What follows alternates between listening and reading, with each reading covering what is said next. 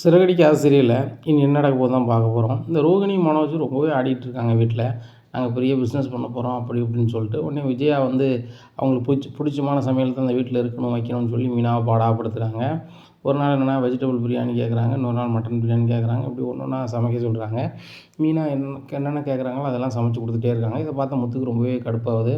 இன்னும் முத்து கேட்குறாரு, நீ என்ன இந்த வீட்டுக்கு வேலைக்கா வந்திருக்க? இந்த வீட்டில் கல்யாணம் பண்ணி தானே வந்திருக்க? ஆளை போல இரு. அவங்களுக்கெல்லாம் தனித்தனியாக செஞ்சு கொடுக்கணும்னு என்ன இருக்குது? ஆளை போல் ஒன்றை சமைச்சு வை. சாப்பிட விருப்பம் இருந்தால் அந்த பொண்ணு சாப்பிடுது, பார்லரமா இல்லைன்னா சாப்பிடாம போகுது, உனக்கு என்ன அப்படின்னுட்டு இருக்காங்க. இல்லைங்க அத்தை சொல்கிறாங்களே அப்படிங்கிறாங்க. அத்தை சொல்கிறாங்கன்னா உங்கள் அம்மாவுக்கு மட்டும் எதுவும் என்ன செய்யி, தேவையில்லாமல் அந்த பொண்ணுக்கெலாம் செஞ்சிட்ருக்க அப்படிங்கிறாங்க. நேராக போகிறாங்க. பார்லரம்மா உனக்கு பிடிச்சதை நீ சமைச்சு சாப்பிட மாட்டியா, இல்லைன்னா கடையில் வாங்கி சாப்பிட மாட்டியா அப்படிங்கிறாங்க. நான் ஒன்றும் உங்கள் வீட்டம்மாவை சமைக்க சொல்லலையே அப்படிங்கிறாங்க. அப்போ சமைச்சு தந்ததெல்லாம் தின்னுக்கிட்டு இருந்தேன், அப்புறம் சமைச்சு தரலங்க. ஆன்ட்டி தான் சொன்னாங்க, உனக்கு என்னது வேணும்னு சொல்லியிருந்தாங்க, நான் சொன்னேன். அவங்க எனக்கு மீனா வச்சு சமைச்சு வாங்கி தந்தாங்க. இதில் என்ன இருக்குது அப்படிங்கிறாங்க.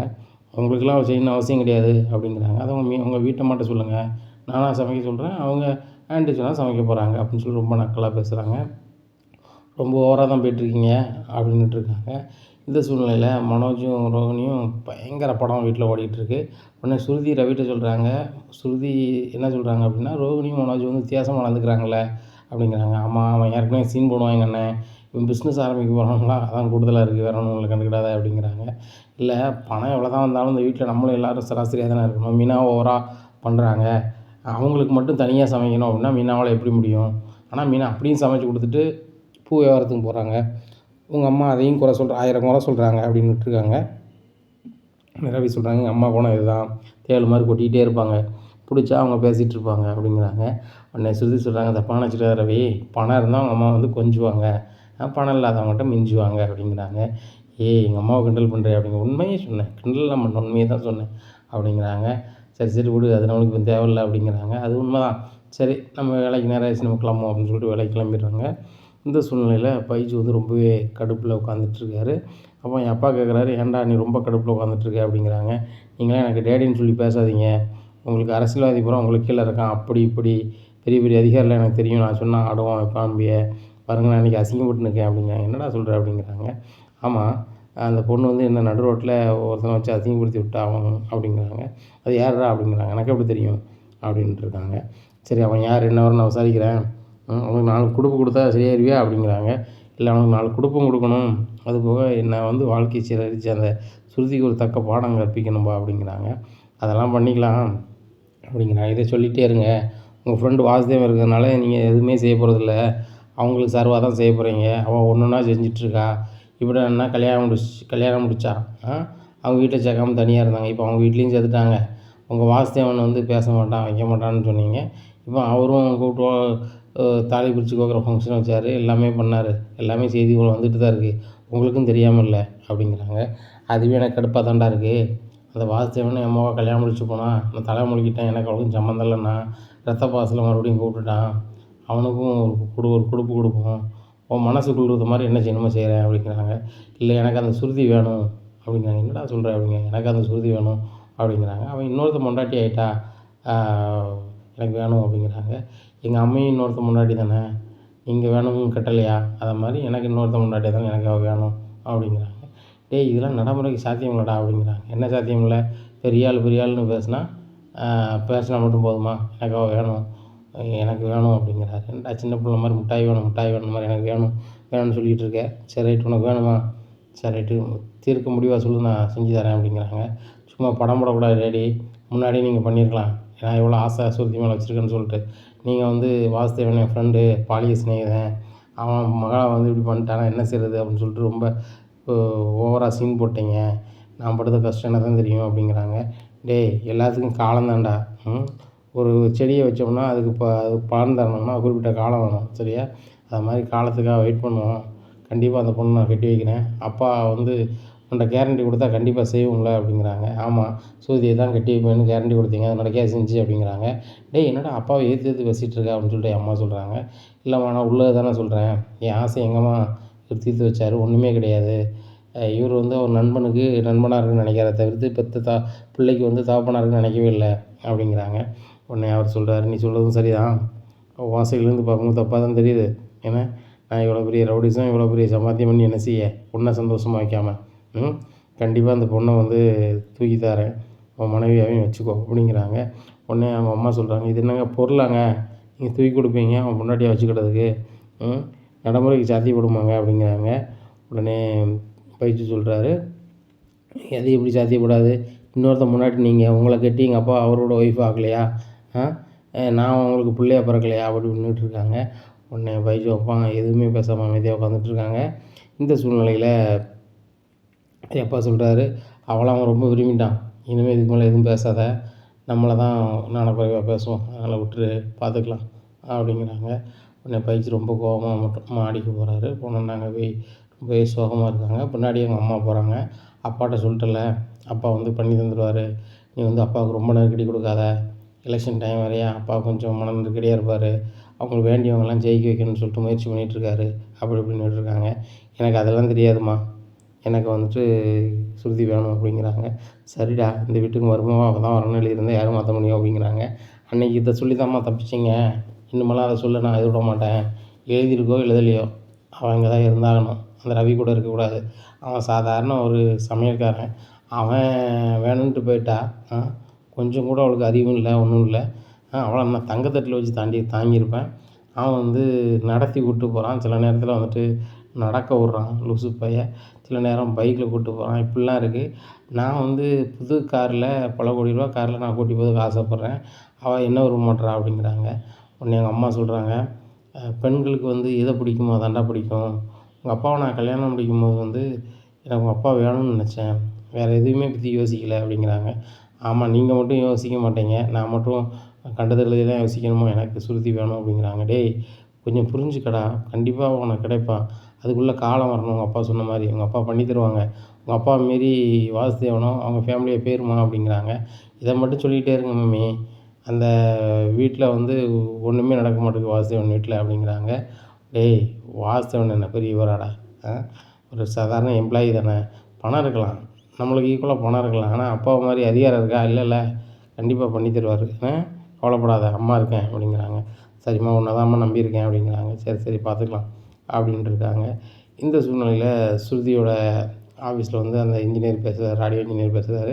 என்ன ஸ்ருதி மாதிரி டயத்துக்கு வர மாட்டேற, வைக்க மாட்டேற அப்படி இப்படின்ட்டு இருக்காங்க. சார் இதுக்கு மேலே எப்படி சார் வர முடியும் அப்படிங்கிறாங்க. இல்லை நீ கல்யாணம் முடிச்சதுலேருந்து ரொம்ப கெட்டு போயிட்ட அப்படிங்கிறாங்க. என்ன சார் கெட்டு போயிட்டேன் அப்படிங்கிறாங்க. இல்லை ரவி வந்ததுலேருந்து நீ வந்துட்டு லேட்டாக வர, எனக்கு வேலை செய்கிறதுக்கு எரிச்சலாக இருக்குது, நீ கரெக்டாக எதுவும் வரமாட்டேற அப்படிங்கிறாங்க. அப்படி என்ன சார் லேட் பண்ணிட்டேன், அப்போ நான் வரது உங்களுக்கு பிடிக்கலையா வைக்கலையா அப்படிங்கிறாங்க. இல்லை சுருதி, இனிமேல் கரெக்டாக வரலன்னா நான் வேறு ஆளாக எடுத்துருவேன், நீங்கள் தப்பாக நினச்சிக்காதீங்க அப்படிங்கிறாங்க. இன்னைக்கு சுருதி சொல்கிறாங்க, எங்களுக்கு எல்லா வசதியுமே இருக்குது, இருந்தாலும் வந்துட்டு இது எதுக்கு இந்த வேலையை நான் தேர்ந்தெடுத்தேன்னா எனக்கு பிடிச்சிருந்துச்சி, அதனால் இந்த வேலையை தேர்ந்தெடுத்தேன், சரிங்களா, நீங்கள் என்ன அலோவ் பண்ணலன்னா இன்னொரு ஸ்டுடியோவில் நான் பேச போகிறேன், எனக்கு இதுதான் உயிராக நினச்சிட்ருக்கேன் அப்படிங்கிறாங்க. இல்லை சுருதி இன்னும் லேட்டாக வராதீங்க அப்படிங்கிறாங்க. சார் இந்த மாதிரி நீங்கள் என்கிட்ட நடந்துக்கிட்டே இல்லை, இப்போ இப்படி நடந்துக்கிறீங்களே அப்படிங்கிறாங்க. நான் வந்துட்டு நீங்கள் என்ன சொன்னாலும் செஞ்சு கொடுத்துட்டு போயிருக்கேன், சில நேரம் வந்து எனக்கு இதை பேசி கொடுத்துட்டு தான் போகணும்பீங்க, நான் வேறு வழியெல்லாம் பேசி கொடுத்துட்டு போயிருக்கேன், நான் என்றைக்குமே உங்கள்கிட்ட சடவா சொன்னதில்லை, நீங்கள் சடவா சொல்கிறீங்களே அப்படிங்கிறாங்க. எனக்கும் நெருக்கடி இருக்குமா, நாடக மணியில் வந்து சீக்கிரம் இதை முடிச்சு டப்பிங் முடிச்சு அனுப்புங்கன்றாங்க, நீங்கள் ரொம்ப லேட்டாக வரீங்க, நான் என்ன பண்ணுறது அப்படிங்கிறாங்க. சார் ரொம்ப டென்ஷன் ஆகாதீங்க, நான் வர பிடிக்கலன்னா சொல்லிடுங்க அப்படிங்கிறாங்க. இல்லை ஸ்ருதி, நீ பல குரல் பேசுறதுனால உன்னை வச்சுட்டே கொடுத்துட்ருக்கேன், சரியா, நீங்கள் ஓவராக பண்ணணுன்னா நான் கண்டிப்பாக மாற்றிடுவேன் அப்படிங்கிறாங்க.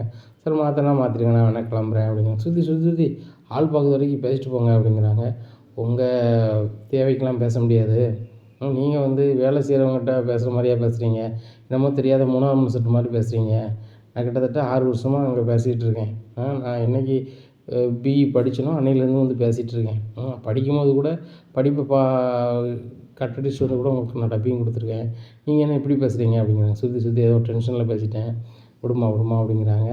சரி டென்ஷனில் பேசிட்டீங்கனால விடுதேன், பாருங்கள் இப்படியே பண்ணிகிட்டு இருந்தீங்க அப்படின்னா நான் தனியாக ஸ்டுடியோ ஆரம்பிச்சிடுவேன், எனக்குமே உங்கள் கிளைண்ட் வந்து நிறைய பேர் தெரியும், அதனால் நானே ரன் பண்ணிடுவேன் அப்படிங்கிறாங்க. சுருதி எனக்கு எதிராக நீ தொழில் எதுவும் பண்ணிடாத அப்படிங்கிறாங்க. உங்களுக்கே தெரியும் எனக்கு அதை வைக்கிறதுக்கு எனக்கு சோர்ஸ் இருக்குது, வழிவாய்ப்புலாம் இருக்குது, எங்கள் டேடிகிட்ட சொன்னால் உடனே வச்சு கொடுத்துருவாங்க, எங்கள் மம்மிகிட்ட சொன்னாலும் வச்சு கொடுத்துருவாங்க, இல்லை நான் உங்கள்கிட்ட வாங்கின சம்பளமே என்கிட்ட ஒரு கிட்டத்தட்ட 18 லட்ச ரூபா இருக்குது, நான் பேங்கில் லோன் போட்டு கூட பண்ணிடுவேன், சரிங்களா, ஆனால் வந்து நீங்கள் என்ன இப்படி நடத்தாதீங்க, நான் கொஞ்ச காலத்துக்கு வந்து ஜாலியாக உங்கள் ஸ்டூடியோவில் வந்து பேசிட்டு போகணுன்னு நினைக்கிறேன், என்ன திடீர்னு உங்களுக்கு எதிராக தொழில் பண்ண வச்சிடாதீங்க அப்படிங்கிறாங்க. உடனே இன்ஜினியர் சொல்கிறாரு, ஏம்மா ஏதோ டென்ஷனில் பேசிட்டேன், எனக்கு எதிராக தொழில் பக்கத்தில் எதுவும் போட்டு பண்ணிடாத, என்னை விட நிறைய கிளைண்ட் உனக்கு தெரியும், நீ சூப்பராக வேறு பேசுவ, நான் வந்து பேச வச்சு வாங்கி கொடுக்குறேன், நீ டேரெக்டாகவே பேசுவேன், நீ ஒன்றைய மாதிரி 2 பேர் செட் பண்ணி வச்சு பேசிட்டிங்கன்னா என் பொழப்பு போயிடும் அப்படிங்கிறாங்க. தெரிஞ்சால் சரி தான் அப்படிங்கிறாங்க. சரிம்மா பேசு அப்படிங்கிறாங்க. உடனே கொஞ்ச நேரத்தில் எனக்கு ரொம்ப டென்ஷன் ஆகிட்டீங்க அப்படின்னு சொல்லி தண்ணி கிண்ணி குடிச்சிட்டு அப்புறம் பேச ஆரம்பிக்காங்க. பேசி முடித்தோடனே சூப்பராக வந்துச்சுட ஸ்ருதி அப்படிங்கிறாங்க. என்ன தான் டென்ஷன் ஆகிட்டீங்க, நீங்கள் உங்களுக்கு வேண்டிய வேலையை வாங்கிக்குவீங்களே அப்படின்னுட்டு இருக்காங்க. உடனே ரவிக்கு ஃபோன் அடிக்காங்க. ரவி இன்றைக்கி வந்து சாப்பாடு எது வேணும் அப்படிங்கிறாங்க. சரி ஸ்ருதி கொடுத்து விட்றேன் அப்படிங்கிறாங்க. அப்போ நீ வர மாட்டியா அப்படிங்கிறாங்க. ஒவ்வொரு முறையும் நான் வர முடியாதுல்ல, முன்னாடி என் ஃப்ரெண்டுலாம் வருவாங்க, இன்றைக்கி வந்து அவங்க லீவ் எடுத்துருக்காங்க, ஸ்கூல் சமையலும் நான் தான் பார்த்துக்கணும், அதனால் வந்து என்னோடய அசிஸ்டண்ட் தான் இருக்கிறாங்க அப்படிங்கிறாங்க. உனக்கே அசிஸ்டண்ட் இருக்காங்களா அப்படிங்கிறாங்க. நீ என்ன நினச்ச, இந்த இடத்துல நான் தான் தலைமை சமையலாளர் அப்படிங்கிறாங்க. அப்படியே அசுத்த தமிழில் பேசுகிறேன். சரி எனக்கு தேவையானது கொடுத்து விடு அப்படிங்கிறாங்க. அந்த ஒரு சின்ன வேண்டோ கொடுத்து விடுறாங்க. உடனே சூப்பராக இருக்குது சாப்பாடு. சாப்பிட்டுட்டு ரவிக்கு ஃபோன் அடிக்காங்க. சாப்பாடுலாம் நல்லா தான் இருக்குது, ஆனால் பில்லு தான் அதிகமாக இருக்குப்பா உங்கள் கடையில் அப்படிங்கிறாங்க. பில்லு வந்து நாங்கள் கரெக்டான பில் தான் போடுறோம் அப்படி இப்படின்ட்டு இருக்காங்க. சரி ரவி, எங்கள் ஸ்டூடியோவிலையும் என்னைய வந்து ஒழுங்காக நடத்துகிற மாதிரி தெரில. என்ன ரவி என்ன சுற்றி சொல்கிற அப்படிங்கிறாங்க. இல்லை இன்றைக்கி கொஞ்சம் லேட்டாக வந்துட்டேன் சொல்கிறாங்க. அவர் வந்து கோவத்தில் ஏதோ பேசிட்டார். அவர் இது வரைக்கும் அப்படி பேசினதில்லை, என்னால் தாங்கிக்க முடியல. அப்புறம் வந்துட்டு நான் வேலைக்கு வரல கிளம்புறேன்னு சொல்லியில் அவர் வந்து வேறு வழி இல்லாமல் இருங்க அப்படின்னு சொல்லிட்டாரு. ஆனால் வந்து என்றைக்கும் இதே மாதிரி இருக்க மாட்டார். நம்ம கல்யாணம் முடிச்சிட்டோம், இன்னும் லேட்டாக வர தான் அதிக வாய்ப்பு இருக்குது அப்படிங்கிறாங்க. உடனே ரவி சொல்கிறாரு, அப்போ என்ன செய்கிறது ஸ்ருதி, வேலை போயிருமா அப்படிங்கிறாங்க. வேலை போகாது, நான் நின்றுலான்னு பார்க்குறேன், அவருக்கு செஞ்சு முடிக்க வேண்டியதை முடிச்சு கொடுத்துட்டு நம்ம தனியாக பேசாமல் ஒரு ஸ்டூடியோ வைக்கலான்னு பார்க்குறேன் அப்படிங்கிறாங்க. ஸ்டூடியோ வைக்கலாம், நீ தான் நிறைய செலவாகும்னு சொல்கிறிய ஸ்ருதி அப்படிங்கிறாங்க. நிறைய செலவாக தான் செய்யும், மிஷின்லாம் கொஞ்சம் விலை அதிகம்தான், நம்ம பேசாமல் லோன் போட்டுக்கலாம் அப்படிங்கிறாங்க. உடனே சரி ஸ்ருதி, நீ உங்கள் அப்பாட்ட கேட்பேன் உங்கள் அம்மாட்ட கேட்பேன்னு பார்த்தேன் அப்படிங்க. உங்கள் அப்பாட்ட கேட்கட்டா அப்படிங்கிறாங்க. இல்லை நீங்கள் கேட்கக்கூடாதுங்கிறது தான் என்னோடய எண்ணம் அப்படிங்க. எனக்கும் தெரியும், எங்கள் அப்பா மட்டும் எங்கள் அம்மாட்டையும் கேட்டால் உன்னையோ என்ன மதிக்க மாட்டாங்க, அவங்க வந்து அவங்க சொல்ல கேட்க நினைப்பாங்க, அது சரி வராது, அதனால் நம்ம வந்து தனியாக லோன் போட்டு ரெடி பண்ணிக்கலாம், நீ வந்து கொஞ்சம் நேரத்தோடு வரையா அப்படிங்கிறாங்க. எத்தனை மணிக்கு வரேன்னு சொல்லு, நான் மாற்றி விட்டு வரேன் அப்படிங்கிறாங்க. வேறு ஆளே இல்லைண்ணே அப்படிங்கிறாங்க. இல்லை உனக்கு ஒரு நல்ல கதை நடக்குன்னா நான் வரணும்ல கண்டிப்பாக அப்படிங்கிறாங்க. என்ன நல்ல கதை அப்படிங்கிறாங்க. நீ தனியாக ஸ்டூடியோவுக்கு வரேன்னு சொல்கிறல்ல அப்படிங்கிறாங்க. ஆமாம் அது நல்ல கதை தானே அப்படின்னு சொல்லி பேசிகிட்டு இருக்காங்க. உடனே அந்த ஸ்டூடியோ இன்ஜினியர் வந்துடுறாரு. ஸ்ருதி நான் பேசுனது எதுவும் மனசில் வச்சுக்கிட்டியாமா அப்படிங்கிறாங்க. மனசுக்கெல்லாம் வச்சுக்கல சார், கொஞ்சம் கஷ்டமாகி போச்சு, என்றைக்குனாலும் எனக்கும் தனியாக தொழில் வேணும்ல சார், உங்கள்கிட்ட வந்து நான் பேசுகிறதுனால தானே ஒரு சம்பளத்துக்கு வேலை பார்க்குற பொண்ணுகிட்ட நடந்துக்கிற மாதிரி நடந்துக்கிறீங்க, நான் வந்து எங்கள் அப்பா ஸ்தானத்தில் உங்களை பார்க்குறேன், நீங்கள் வந்து என்ன மகள் ஸ்தானத்தில் பார்க்கல, கல்யாணம் முடித்தவங்களுக்கு எல்லாருக்குமே குடும்பத்தில் கொஞ்சம் வேலை இருக்கும், நீ என்ன ஸ்ருதி வேலை பார்க்க போகிற அப்படின்னு கேட்குறாரு ஸ்டூடியோ இன்ஜினியர். சார் நான் வேலை பார்க்காட்டிலும் நான் ஒரு கூட்டு குடும்பத்தில் இருக்கேன், அவங்க இப்போ கூட்டு குடும்பத்தில் ஒரு ஆள் சமைக்காங்கன்னா நான் ஏதாவது உதவி செய்ய வேண்டியிருக்கும், இல்லை பேச வேண்டியிருக்கும், ஏதாவது இருக்கும், அதில் கொஞ்சம் லேட்டாக தான் செய்யும், அதை நீங்கள் வந்து எதார்த்தமாக எடுத்துக்கிடாமல் நீங்கள் அதை இதாக பண்ணிட்டீங்க, மனசு கஷ்டப்படுத்திட்டு அப்படிங்கிறாங்க. நான் தான் சாரி கேட்டேன் ஸ்ருதி, மறுபடியும் அதே சொல்லிகிட்டு இருக்கேன் அப்படிங்கிறாங்க. இல்லை சார் என்றைக்குனாலும் நான் ஸ்டூடியோ ஆரம்பிக்கிறது தான் சரிங்களா, உங்களுக்கு போட்டு எங்கே ஆரம்பிக்க மாட்டேன், தூரத்தில் தான் ஆரம்பிப்பேன் அப்படிங்கிறாங்க. நீ எங்கே தூரத்தில் ஆரம்பித்தாலும் என் கிளைண்ட்டு தான் நமக்கு வருவாங்க அப்படிங்கிறாங்க. சார் கிளைண்ட் வந்து யார்கிட்ட போகணும் போகக்கூடாதுன்னு அவங்களாம் சார் முடிவு பண்ணுவாங்க, நம்ம கையில் என்ன இருக்குது, இன்றைக்குள்ள வேலையை நான் முடிச்சிட்டேன், சாப்பிட்டேன், கிளம்புப்பா சார் அப்படிங்கிறாங்க. உடனே இன்ஜினியர் ஒரு வழி இல்லாமல் போய்ட்டு வாங்க அப்படிங்கிறாங்க. நேராக ஸ்ருதி கிளம்பி ரவி ரெஸ்டாரண்ட் வந்துடுறாங்க. ரவி சொல்கிறாரு 3 மணிக்கு தானே வரேன்னு சொன்னால் அதுக்கு முன்னாடி வந்துட்டேன் அப்படிங்கிறாங்க. இல்லை கொஞ்சம் நேரம் ரெஸ்ட் எடுத்து தான் வரலான்னு பார்த்தேன், அவர் வந்து நான் தனி ஸ்டூடியோவை ஆரம்பிக்கணும் வைக்கணும்னு சொல்லி உன்ட்ட ஃபோனில் பேசினதை ஒட்டு கேட்டுப்பார் போல், கேட்டுட்டு நீ தனியாக ஸ்டூடியோ வைக்க போறியா அப்படின்னு சொல்லிட்டு ஒரு மாதிரி பேசிட்டாரு. அதுக்கு மேலே எனக்கு அங்கே உட்காந்து பேசிகிட்டு இருக்கேன் முடியலை அப்படிங்கிறாங்க ஸ்ருதி. உடனே சரி இப்போ என்ன செய்யணும் அப்படிங்கிறாங்க. சரி நீ யாரையாவது மாற்றி விட்டு வா, நம்ம போய்ட்டு பேங்க் போய்ட்டு வரலாம் அப்படின்னு சொல்லிட்டு பேங்க்கு போகிறாங்க. பேங்கில் போய் இந்த மாதிரி நான் வந்து டப்பிங் ஸ்டூடியோ வைக்கலான்னு பார்க்குறேன், அதனால் இவ்வளோ நாள் வேலை பார்க்குறேன் சரிங்களா, நான் பிஇ முடிச்சிருக்கேன் அப்படிங்கிறாங்க. உடனே மேனேஜர் சொல்கிறாங்க, அம்மா நீங்கள் படித்தது பிஇ ஆனால் டப்பிங் கொடுத்துட்ருக்கீங்க, இதுக்கு அதுக்கு சம்மந்தமே இல்லையம்மா அப்படிங்கிறாங்க. சார் நான் படித்தது ஐடி, ஆனால் வந்துட்டு நான் டப்பிங் கொடுத்துட்ருக்கேன், எனக்கு அது பிடிச்சிருக்கு அதை பண்ணுறேன், படித்தா இதை தான் பண்ணணுமான்னு என்ன இருக்குது, ஆனால் நான் சூப்பராக பண்ணுவேன் சார் அப்படிங்கிறாங்க. அம்மா ஏதாவது ஒரு ஆதாரத்தனமாக நான் வந்து லோன் தர முடியும் வைக்க முடியும் அப்படிங்கிறாங்க. அப்படி சொல்கிறாங்க. சார் எங்கள் அப்பாவுக்கு இருக்க வசதிக்கு நான் வந்துட்டு என்னன்னாலும் பண்ண முடியும், எங்கள் அப்பாட்டையோ எங்கள் அம்மாட்டையோ இந்த நகையோ வச்சு நான் பண்ணதுக்கு எனக்கு விருப்பம் இல்லை சார், அதான் லோன் கேட்குறேன் அப்படிங்கிறாங்க. உங்கள் அப்பா யாரும்மா அப்படிங்கிறாங்க. எங்கள் அப்பா ரயில்வேல பெரிய இன்ஜினியராக இருக்காங்கன்னு சொல்லிட்டு அவங்க பேரை சொல்கிறாங்க. அந்த சார் அது உங்கள் அப்பாவா அப்படிங்கிறேன். ஆமாம், அவர் பெரிய பணக்காரர் இல்லாமா, வேலை வந்து பேரளவில் தான் பார்ப்பான்னு சொல்லுவாங்க. கேரளாவில் பயங்கரமான அவங்களுக்கு சொத்து இருக்குது, ஆலப்புழாலாம் ஏகப்பட்ட போட் இருக்குது அப்படி இப்படின்னு சொல்லுவாங்களாம்மா அப்படிங்கிறாங்க. ஏகப்பட்ட போட்டு தான் இருக்குது, சொத்து தான் இருக்குது, எல்லாமே எங்கள் அப்பா சம்பாரிச்சது, எங்கள் அப்பா குடும்ப சொத்து. எனக்குன்னு ஒன்றும் கிடையாது. நான் சுயமாக எதுவும் சம்பாதிக்கல. நான் சம்பாரிச்சது ஒன்றே ஒன்று, மக்களை தான் சம்பாரிச்சிருக்கேன். அது போக இந்த ஸ்டூடியோ தனியாக வைக்கணும்னு நினைக்கிறேன். நீங்கள் லோன் தந்தீங்கன்னா கண்டிப்பாக நான் வச்சுருவேன் அப்படிங்கிறாங்க. சரி, அவங்க பொண்ணுன்னு சொல்கிறீங்க, உங்கள் அப்பாட்ட ஒரு வார்த்தை கேட்டு லோன் தரட்டுமா அப்படிங்கிறாங்க. எங்கள் அப்பாட்ட கேட்டு தான் நீங்கள் தரணும்னா அப்படி ஒரு லோனே வேண்டாம் சார், என்னுடைய உழைப்புக்கு நீங்கள் தருதா இருந்தால் தாங்க அப்படிங்கிறாங்க. இந்த சூழ்நிலையில் சரிம்மா உங்களுக்கு நான் கால் பண்ணுறேன் அப்படிங்கிறாங்க. உடனே ரவியும் சுருதியும் பேங்க் விட்டு உள்ள வந்துடுறாங்க. அப்போ ரவி சொல்கிறாரு, இந்த பேங்கில் தருது மாதிரி தெரியலையே அப்படிங்கிறாங்க. நான் அப்படி தான் நினைக்கிறேன் ரவி, ஒன்றும் பிரச்சனை இல்லை பார்த்துக்கலாம் அப்படிங்கிறாங்க. இந்த சூழ்நிலையில் மேனேஜர் ஃபோன் அடிக்கிறார். பேங்க் மேனேஜர் நேராக அவங்க அப்பாவுக்கு ஃபோன் அடிக்கிறாங்க. சார் வாசுதேவன் சார் வணக்கம் அப்படிங்கிறாங்க. நீங்கள் யார் பேசுகிறது அப்படிங்கிறாங்க. நான் ஸ்டேட் பேங்க் மேனேஜர் பேசுகிறேன் சார் அப்படிங்கிறாங்க. எந்த பிரான்ச்சுன்னு சொல்லிட்டு அந்த பிரான்ச்சை சொல்கிறாங்க. சொல்லுங்கள் சார் அப்படிங்கிறாங்க.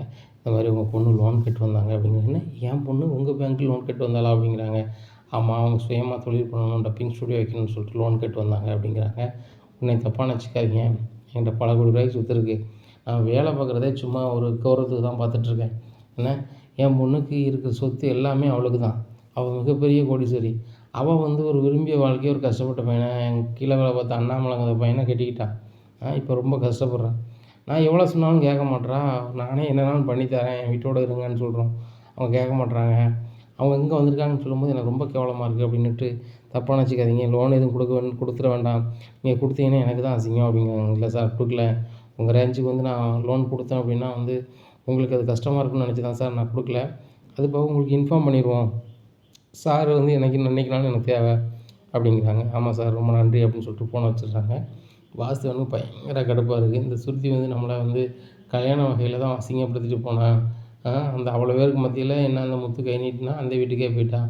இப்படி ஒவ்வொரு முறையும் அசிங்கப்படுத்திட்டுருக்கா. இப்படி தான் பண்ணிகிட்ருக்கான்னு பார்த்தா ஒரு பேங்க்கில் போய் என் மகன்னு தெரிஞ்சுக்கிட்டும் அங்கே போய் லோன் கேட்குறான். அவளுக்கு எவ்வளோ இது இருக்கும் அப்படின்னு சொல்லிட்டு ரொம்பவே கோவத்தில் இருக்காங்க. உடனே சுதா கேட்குறாங்க, என்னங்க நீங்கள் காலையில் வேலைக்கு போவீங்கன்னு பார்த்தீங்கன்னா லீவை போட்டு காலையிலே குடிச்சிட்ருக்கீங்க அப்படிங்கிறாங்க. எல்லாம் உன் மகளால் தான் அப்படிங்கிறாங்க. என்ன சொல்கிற அப்படிங்கிறாங்க. என்ன சொல்கிறீங்க அப்படிங்கிறாங்க. ஆமாம், மதியம் வந்து குடிக்கணும், காலையில் குடிக்கணும்னு எனக்கு அவசியமா? நினச்சிப்பாரு, மணி 3 தான் ஆகுது. நான் மதியம் சாப்பிட்றதுக்கு வந்தேன், சாப்பிட்டுட்டு வேலைக்கு போகணுன்னு நினச்சேன். ஆனால் வந்துட்டு உன் மகன் பண்ணுற பாடம் எனக்கு ரொம்ப இதாக இருக்குது அப்படிங்கிறாங்க. என்னங்க அப்படிங்கிறாங்க. இந்த மாதிரி அவள் லோன் கேட்டு பேங்க்கு போனாலாம் அப்படிங்கிறாங்க. அவங்களுக்கு ஏங்க போகணும், அவள் கேட்டால் நம்ம எவ்வளோ பணம்னா நம்ம கொடுக்க போகிறோம் அப்படிங்கிறாங்க. அது உனக்கு தெரியுது, எனக்கு தெரியுது, அவளுக்கு தெரியுதா பாரு. அவள் விருப்பம் தான் சரின்னு சொல்லிட்டு பண்ணிகிட்டே இருப்பாள். அதே மாதிரி பண்ணியிருக்கா. அவள் டப்பிங் ஸ்டுடியோ வைக்கிறதுக்கு அண்ணாமலை வீட்லேயோ அந்த ரவிட்டையும் 5 காசு இருக்காது. அதனால் பேங்க் லோன் போயிருக்கான். பேங்க் மேனேஜர் எனக்கு நம்பர் வச்சுருப்பார் போல். அவர் எனக்கு ஃபோன் அடித்து இந்த மாதிரி உங்கள் பொண்ணுக்கு லோன் கேட்டு வந்துச்சு சார், நான் கொடுக்கல, நீங்கள் எவ்வளோ பெரிய பணக்காரங்களாக இருக்கீங்க, நீ ஏதாவதுனா உங்கள் பொண்ணு நீங்களே செய்ய வேண்டியதானே சார்ன்ட்டு அவங்க என்கிட்ட கேட்கும்போது எனக்கு ரொம்ப அசிங்கமாக இருக்குது, தயவுசெய்து கொடுத்துடாதாங்க, என் பேரை கெடுத்துட்டாங்கன்னு சொல்லியிருக்கேன். இவகிட்ட நம்ம இதை சொல்ல முடியுமா அப்படிங்கிறாங்க. உடனே அவன் என்ன நினச்சிட்ருக்கா, ஓவராக நினச்சிட்ருக்கா அப்படின்னு சொல்லிட்டு நேராக சுருதி அம்மா கால் பண்ணுறாங்க. கால் பண்ணி நீ என்னடி நினச்சிட்ருக்க அப்படிங்கிறாங்க. நான் ஒன்றும் நினைக்கலையம்மா அப்படிங்கிறாங்க. இல்லை பேங்க்கில் போய் லோன்லாம் கேட்டிருக்க அப்படிங்கிறாங்க. அதுக்குள்ளே உனக்கு முகம் வந்துருச்சா, என்ன மேனேஜர் ஃபோன் அடிச்சு சொன்னார் அப்பாவுக்கு அப்படிங்கிறாங்க. சொல்லாமல் உங்கள் அப்பாவுக்கு எல்லோரும் தெரிஞ்சவங்கள தான் இருப்பாங்க. நீ வந்து பேங்க்கில் லோன் கேட்டுருக்கடி, எங்கிட்ட பணம் இல்லையோ, இல்லை நீயும் மாப்பிள்ளையும் வந்து எங்கிட்ட வாங்க மாட்டீங்களோ அப்படிங்கிறாங்க. நீ உங்ககிட்ட வாங்கலாம், நீங்கள் என்ன சொல்கிறீங்க, உங்களுக்கு கீழெல்லாம் இருக்குன்னு நினைக்கிங்க, அது எப்படி நடக்கும் அப்படிங்கிறாங்க. ஏண்டி அப்பா அம்மா கீழே நீ இருந்து வேலை செய்யக்கூடாதாடி, இல்லை அப்பா அம்மாவை கேட்டுக்கிட்டு பணத்தை வாங்கக்கூடாதாடி அப்படி இப்படிங்கிறாங்க. நீங்கள் சொல்கிறதெல்லாம் சரிதாம்மா, வீட்டோடு இருக்கணும், ரவி நான் சொல்கிறத நீங்கள் சொல்கிறதான் கேட்கணுன்னா அது எப்படி நடக்கும், அவர் என் வீட்டுக்காரு, அவர் சொல்கிறத நான் கேட்க முடியும் அப்படிங்கிறாங்க. அவர் சொல்கிறதான் கேட்க முடியுமா, அவரை வேணும்ன்ட்டு போனேன், அவரால் உன்னால் டப்பிங் ஸ்டுடியோ வச்சு கொடுக்க முடியுதா, இல்லைன்னா உன்னால் சந்தோஷமாக தான் பார்த்துக்கிட முடியுதா அப்படிங்கிறாங்க. ஏம்மா என்னை டப்பிங் ஸ்டுடியோ வேணால் வச்சு கொடுக்க முடியாமல் இருக்கலாம் ரவியால், என்ன சந்தோஷமானா இல்லைன்னு அவர் சந்தோஷமாலாம் வைக்கலான்னு நீ சொல்லிடவே முடியாது, நான் சந்தோஷமாக தான் இருக்கேன், அங்கே இருந்ததை விட 100 மடங்கு சந்தோஷமாக இருக்கேன் அப்படிங்கிறாங்க. எங்கடி சந்தோஷமாக இருக்க, உங்கள் அத்தை ஒரு ஆசை பிடிச்சவா, உங்கள் மாமா ஒரு ஏமாத்துக்காரன், உங்கள் வீட்டில் உங்கள் அத்தா ஒரு ரவுடி, இன்னொருத்தன் சோம்பேறி, ஓம் புருஷன் ஒன்றுத்துக்கு ஆகாதவன் அப்படிங்கிறாங்க. இதை கேட்ட சுருதி சொல்கிறாங்க, கரெக்டாக பேசுமா, எல்லாரையும் குறைச்சி பேசிகிட்டு இருக்காத, அவங்க வேலையை பார்க்காங்க, உங்கள் வீட்டில் வேலைக்காக இருக்காங்க, சம்பளக்காரங்கிட்ட பேசுகிற மாதிரி பேசிகிட்டு இருக்க, அதெல்லாம் பேசாதம்மா, அவங்கவுங்க வேலையை அவங்க பார்க்குறாங்க சரியா. ரவிக்கு வந்து எனக்கு டப்பிங் ஸ்டுடியோ வச்சு கொடுக்க முடியாதுல, எனக்கு நல்லா தான் பார்த்துக்கிறாரு, ஏன்னா அதில் எந்த குறையும் இல்லை. உங்ககிட்ட ரூ. 1 காசு வேணும்னு சொல்லிவிட்டு நானும் என் புருஷனும் வந்து நிற்க போகிறதில்ல. பிறகு ஏம்மா இப்படி பேசிகிட்ருக்கீங்க வச்சிட்ருக்கீங்க அப்படிங்கிறாங்க. இல்லைடி நான் சொன்னால் நீ புரிஞ்சுக்கோடி, அப்பாட்ட வந்து கேட்டால் எவ்வளோ பணம்னாலும் தரப்போகிறாரு அப்படிங்கிறாங்க. சரி நீங்களும் லோன் கொடுக்க ஆரம்பிச்சிட்டிங்களா? பெர்சன்டேஜ் என்னன்னு சொல்லுங்கள், நாங்கள் வட்டி தந்துடுறோம் அப்படிங்கிறாங்க. ஏன்டி அப்பாட்டே வட்டிக்கு தான் வாங்குவியா அப்படிங்கிறாங்க. வட்டிக்கு வாங்கலாமா, நான் பேங்க்கில் லோன் கேட்டு போனேன், உங்ககிட்ட பணம் எதுவுமே கேட்கல. அந்த மேனேஜர் வந்துட்டு உங்களுக்கு ஃபோன் அடிச்சு சொல்லியிருக்காங்க. நான் எப்போ நினச்சாலும் சட்டப்படி அவர் மேலே கம்ப்ளைண்ட் கொடுக்க முடியும். ஒரு மேனேஜர்கிட்ட வந்து நாங்கள் பணம் லோன் கேட்குறான்னா அந்த ரகசியத்தை அவருக்கும் எங்களுக்குள்ள உண்டானது. அதை எதுக்கு எப்படி உங்கள்கிட்ட சொல்லலாம் அப்படிங்கிறாங்க. டேய் உங்கள் அப்பாவை தெரியாதவங்க யாராவது இருப்பாங்களா, சொல்கிறாங்க வைக்கிறாங்க, நீ எப்படி பேசிகிட்டு இருக்க அப்படிங்கிறாங்க. உன் வீட்டுக்காரர் வேணால் பெரிய ஆளாக இருக்கலாமா, அதுக்காக வந்து எங்கள் பர்சனல்லாம் அவர்கிட்ட சொல்லணும்னு அவசியம் கிடையாது அப்படிங்கிறாங்க. என்ன ஸ்ருதி வாய் நீளுது, அது உங்கள் அப்பா மறந்துடாத அப்படிங்கிறாங்க. எனக்கு மறக்கலாமா, நீங்கள் தான் பண்ணுறீங்க, நான் ரவி பொண்டாட்டி. ரவி பொண்டாட்டியான பிறகு ரவி என்ன சொல்கிறாரோ அதான் கேட்க முடியும். நீங்கள் சொல்கிறதுக்கு என்னால் ஆட முடியாது. நான் டப்பிங் ஸ்டுடியோ வைக்கணும்னு பார்த்தேன், எனக்கு லோன் கிடைக்காதுன்னு தெரிஞ்சிருச்சு. சரிங்களா, நான் வந்து எப்பவும் போல் வேலையை பார்த்துட்டு என் பாட்டில் வாழ்க்கையை நடத்த போகிறேன், ஒன்றும் பிரச்சனை இல்லை அப்படின்னுட்டு இருக்காங்க. இந்த சூழ்நிலையில் வெயிட்டிங்கில் வராரு அந்த ஆடியோ இன்ஜினியரு. உடனே இருமா ஒரு ஃபோன் வருது அப்படின்னு சொல்லிட்டு, ஹலோ சார் சொல்லுங்கள் அப்படிங்கிறாங்க. ஸ்ருதி நல்லா இருப்பேன், நீ தனியாக ஸ்டுடியோ எதுவும் ஆரம்பிச்சிடாதம்மா, நீ இல்லைன்னா என்னோடய ஸ்டுடியோவே அவ்வளோதான் போயிடும். நீ பல குரலில் பேசுகிற, உன்னை மாதிரி யாரும் திறமைசாலி கிடையாதும்மா, அதனால் தயவுசெய்து நீ ஸ்டுடியோ எதுவும் ஆரம்பிச்சிடாத அப்படிங்கிறாங்க. இப்போ ஸ்ருதி நினைக்காங்க, எனக்கு தான் லோனே கிடைக்கல, நான் எப்படி ஆரம்பிக்க போகிறேன். சரி சமாளிப்போம். சரி சார் நீங்கள் சொல்கிறீங்க, நான் வேறு ஸ்டுடியோ ஒன்று ஆரம்பிக்கலாங்கிற கோவத்தில் தான் இடையிலே வந்தேன். சரிங்களா, நீங்கள் சொல்கிறதுனால ஆரம்பிக்கலை அப்படிங்கிறாங்க. ஸ்ருதி தப்பாக நினச்சிக்காதம்மா, உனக்கு இப்போ ₹1,00,000 சம்பளம் தந்துட்டுருக்கேன், இப்போ ₹1,50,000 தரேம்மா, நீ தயவுசெய்து வேறு யார்ட்டையும் வேலைக்கோ இல்லைன்னா வேறு ஸ்டுடியோவே வச்சிடாதம்மா அப்படிங்கிறாங்க. உடனே சரி கெட்டதுலேயும் நல்லதாக நினச்சிக்கிட்டு, சரி சார் ஒன்றும் பிரச்சனை இல்லை, நாளிலேருந்து வரேன், நீங்கள் இவ்வளோ சொல்லுறதுனால நான் வேறு டைப்புக்கு வேலைக்கு போகிறேன், அது போக தனியாக ஸ்டுடியோ வைக்கிற மாதிரி ஐடியா இல்லை இருந்துச்சு, பட் நீங்கள் பேசுனதால மாற்றிக்கிட்டேன் அப்படிங்கிறாங்க. உடனே சரிம்மான்ட்டு ஃபோனை வச்சுடுறாங்க. நாளைக்கு வந்துடுமா அப்படின்ட்டு வச்சிடுறாங்க. உடனே ஸ்ருதி சிரிச்சுக்கிறாங்க. உடனே ரவிக்கு ஃபோன் அடிச்சு சொல்கிறாங்க, ரவி கெட்டதுலேயும் நல்லதை பாரேன் அப்படிங்கிறாங்க. என்ன ஸ்ருதி ஸ்டுடியோ வைக்கணும்னு சொல்லிட்டு ரொம்ப ஃபீலிங்கில் இருப்பல அப்படிங்கிறாங்க. நான் ஒன்றும் ஃபீலிங்கில் இல்லை அப்படின்னு சொல்லிட்டு நடந்து பேச போகிறாங்க. நீ ஹோட்டலுக்கு போய்ட்டேன், நான் நடந்தே வந்துட்டு இருந்தேன், எங்கள் அம்மா கால் பண்ணாங்க. உங்கள் அம்மா கால் பண்ணாங்களா அப்படிங்கிறாங்க. ஆமாம், எங்கள் அப்பாவுக்கு வந்து பேங்க் மேனேஜர் ஃபோன் அடித்தாராம். ஃபோன் அடித்து உங்கள் பொண்ணே லோன் வாங்க வந்திருக்காங்க, பேசாமல் நீங்கள் பணம் கொடுத்தாங்க சார், வச்சு தாங்கண்ணே சார் அப்படின்னு சொல்லியிருப்பாங்க போல்.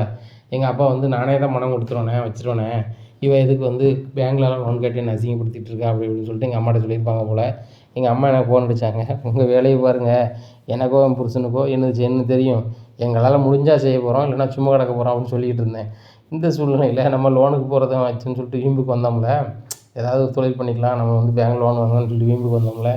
இதை தெரிஞ்சுக்கிட்டு நம்ம ஆடியோ இன்ஜினியர் உடனே ஃபோன் அடிச்சிட்டாரு. ஃபோன் அடித்து ஸ்ருதி வேறு எங்கேயும் வேலைக்கு போயிடாத, ஏற்கனவே உனக்கு ₹1,00,000 சம்பளம் தந்துட்டுருக்கேன், இப்போ ₹1,50,000 தரேன், நீ தயவுசெய்து வேறு இடத்துக்கு வேலைக்கு போயிடாதம்மா அப்படிங்கிற. ரொம்ப சிரிப்பாயிருச்சு அப்படிங்கிறாங்க. ஸ்ருதி பாரேன் நீ வீம்பு பண்ணதுக்கு ₹1,50,000 ஒரே நாளில் சம்பளத்தை கூட்டிட்டியா அப்படிங்கிறாங்க. ஆமாம் ரவி, நீனும் சீக்கிரம் சம்பளத்தை கூட்டிடு அப்படிங்கிறாங்க. நான் எப்படி கூட்ட முடியும், நீ ஸ்டுடியோவில் இருக்க, பல குரல் பேசுகிற, உனக்கு ₹1,00,000 சம்பளம் தராங்க, நான் எவ்வளோ முக்கி பண்ணாலும் ₹12,000 தான் அப்படின்னுட்டு இருக்காங்க.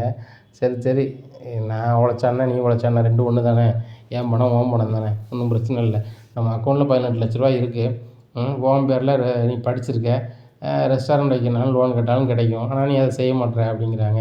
இல்லை ஸ்ருதி, அது உன்னோட உழைப்பில் நீ சேர்த்த பணம், நான் சேர்த்த பணமாக இருந்தால் தானே நான் வந்து எதையும் செய்ய முடியும் அப்படிங்கிறாங்க.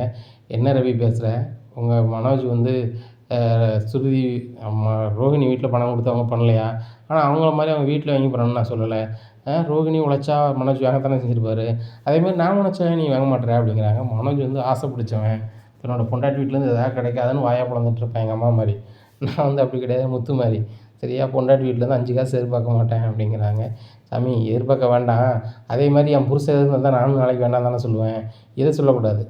முத்தா இருந்தாலுமே மீனா கார் வாங்கி கொடுத்து வாங்கிட்டு தானே செஞ்சார், அதை மாதிரி நான் ஏதாவது செஞ்சால் நீங்கள் ஏற்றுக்கிட்டு தான் செய்யணும். சரி நான் தான் ரெஸ்டாரண்ட் நான் தான் வந்துட்டு ஸ்டுடியோ வைக்கல, நீ ரெஸ்டாரண்ட் வை அப்படிங்கிறாங்க. உடனே ரவி நினைக்கிறாரு, சரி ஸ்ருதி கண்டிப்பாக வைக்கலாம் அப்படிங்கிறாங்க. சமாளிக்கக்கூடாது சரியா, நான் வீட்டுக்கு கிளம்பிட்டேன், சரி கொஞ்ச நேரத்தில் வீட்டுக்கு போயிடுவேன், நீ வந்துட்டு அந்த ஐடியாவோட வா, நம்ம வீட்டில் பேசிவிட்டு அவங்க வந்து புதுசாக தொழில் பண்ணதுக்கு ஒரு வேலை பண்ணுறாங்க, நம்ம அதே மாதிரி நம்ம வந்து தனியாக ரெஸ்டாரண்ட் வைக்கிறதுக்கு பார்ப்போம், வீட்டில் ஒவ்வொருத்தராக ஒவ்வொரு தொழிலாக பண்ணட்டும் அப்படிங்கிறாங்க. அதுவும் சரி தான், நம்ம என்ன இடம் பார்க்கணும்ல, இது முத்து வந்து ஏஜென்சி பார்த்து சொன்னான், அதனால் மனோஜ் வந்து பார்த்துட்டு அட்வான்ஸ் கொடுத்து அவன் பேரை மாற்ற போகிறான். ஆனால் வந்து நம்மளுக்கு அப்படி இல்லைல்ல, இடம் பார்க்கணும் அமையணும் அப்படி இப்படிங்கிறாங்க. உடனே ஸ்ருதி சொல்கிறாங்க ரவிட்ட, நான் நீ அப்படியே இருந்தேன்னா அப்படியே இருக்க வேண்டியதான், என்ன அதனால் வந்து கண்டிப்பாக வந்து நம்ம ஏதாவது முயற்சி பண்ணால் தான் நடக்கும் அப்படிங்கிறாங்க. சரி பண்ணிடலாம் அப்படின்னு சொல்கிறாங்க. இந்த சூழ்நிலையில் மனோஜ் வந்து அந்த ஏஜென்சி வைக்கிறதுல பயங்கர கனவுல இருக்கார். எந்த பேர் வைக்கணும், ஏது பேர் வைக்கணும்னு சொல்லிட்டு பயங்கரமாக நெட்டில் பார்க்குறது, வைக்கிறது, ஒவ்வொன்றா பேரை வந்து ரோகிணிகிட்ட சொல்கிறாங்க. ரோகிணி வந்து ரொம்பவே கடுப்பாகிறாங்க. இந்த பேர்லாம் சரி வராது, வட இந்தியா பேர், அந்த பேர், இந்த பேருன்னுக்கிட்டு இருக்காங்க. உடனே விஜயா பேரை வைங்க, விஜயானுங்கிற பேரை வைங்க அப்படிங்கிறாங்க. என்ன ரோகிணி சொல்கிற, அம்மா பேர் தான் ராசி இல்லை நான் சொல்லிட்டுருக்கேன் அப்படிங்கிறாங்க. இல்லை உங்கள் தம்பி வந்து வைக்கலன்னா பிரச்சனை பண்ணுவார் அப்படிங்கிறாங்க. அவன் பிரச்சனை பண்ண நாமளும் ஒரு ஆள் இல்லை பார்த்துக்கலாம், அம்மாவை நான் சமாளித்து விடுவேன். ஆனால் ராசியான பேர் இல்லையே, நம்ம ஜெயிக்கணும், பயங்கரமாக பேர் வாங்கணும், ஏதாவது ஒரு பயங்கரமான பேர் வைக்கணும்.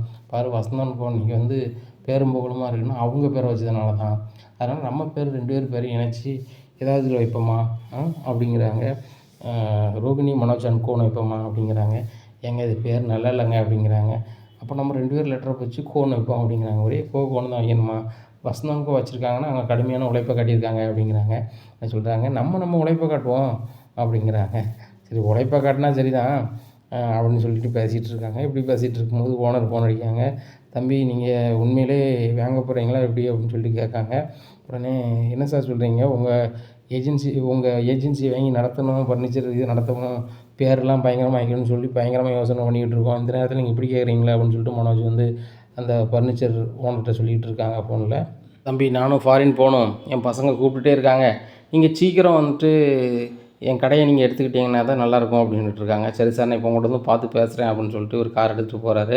என்ன சார் நான் தான் பணம் தர தயாராக இருக்கேனே, நீங்கள் ஏன் சார் இப்படி பண்ணிகிட்ருக்கீங்க அப்படிங்கிறாங்க. இல்லை தம்பி உங்கள்கிட்ட வந்து நான் ஒரு அமௌண்ட்டு சொன்னேன், நீங்கள் வந்து இவ்வளோ அமௌண்ட் வச்சுருக்கேன், எங்கள் வீட்டுக்கு இந்த அமௌண்ட் நான் தரது தெரியக்கூடாது அப்படி இப்படின்னு பேசுகிறீங்க.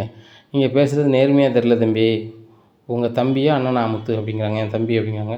உங்கள் தம்பி நீங்கள் நல்லா இருக்கணும் அப்படின்னு சொல்லிட்டு என் ஏஜென்சி உங்களுக்கு வாங்கி தரணுங்கிறாங்க. நான் அவர்கிட்ட முதல்லே சொல்லிட்டேன், இந்த பேர் வந்து நான் ரொம்ப காலத்துக்கு முன்னாடியே வச்சுருக்கேன், இந்த போர்டெல்லாம் வச்சுருக்கேன், பாரம்பரியமாக நடத்திட்டுருக்கேன் சரிங்களா.